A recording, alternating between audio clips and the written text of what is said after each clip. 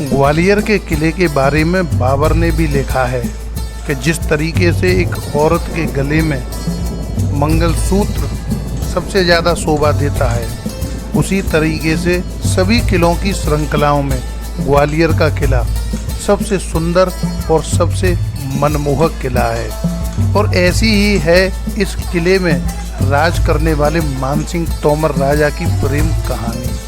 राजा मानसिंह तोमर के 8 रानियां थी जो कि राजाओं के फैमिली से ही बिलोंग करती थी, लेकिन 9वीं रानी जो थी उसकी कहानी कुछ इंटरेस्टिंग और हटके है।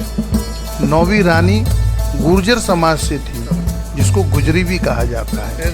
उसके 3 नाम थे, नन्नी, गुजरी, मृगनयनी। चलिए दोस्तों, जानते हैं इस रोचक प्रेम कहानी के बारे में।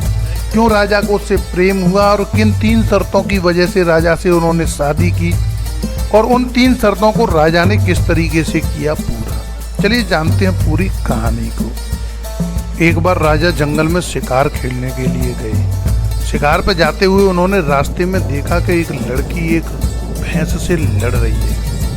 वे उस लड़की की सुंदरता और वीर साहस को देख करके उस पर मोहित हो गए। उन्होंने उसके नजदीक जाकर के पूछा, नाम क्या है तुम्हारा? उधर से आवाज आई, नन्नी। जैसा नाम वैसी ही देखने में लगने वाली लड़की नन्नी, जो कि एक गुर्जर समाज से थी। राजा ने अपने मन की बात को उससे कहा कि मैं तुमसे शादी करना चाहता हूँ। तो रानी ने तुरंत जवाब दिया कि मैं आपसे 3 शर्तों पर शादी कर सकती हूँ। पहली शर्त कि मैं ग्वालियर का पानी नहीं पीऊँगी, जिस पानी को मैं पीती हूँ इस पानी की ही मेरे अंदर ताकत है जिसे मैं नहीं चाहती कि चली जाए, मैं ग्वालियर का पानी नहीं पीऊँगी। दूसरी शर्त, आपके यहाँ पर्दा करने की प्रथा है, मैं पर्दा नहीं करूँगी। और तीसरी शर्त ये है कि जब भी आप युद्ध पे जाओगे मैं आपके साथ चलूँगी। तीनों शर्तें कठिन थी क्योंकि ऊपर किले पर पानी को चढ़ाना बहुत मुश्किल था, लेकिन राजा का मन पूरी तरह से उस पर रीझ चुका था। राजा ने तीनों शर्तें मान ली। पानी ऊपर न चढ़ने के कारण उस गुजरी के लिए ग्वालियर से नीचे ही गुजरी महल बनवाया गया और वहाँ से पानी की पाइपलाइन को यहाँ तक लाया गया, जिससे पानी की व्यवस्था की गई।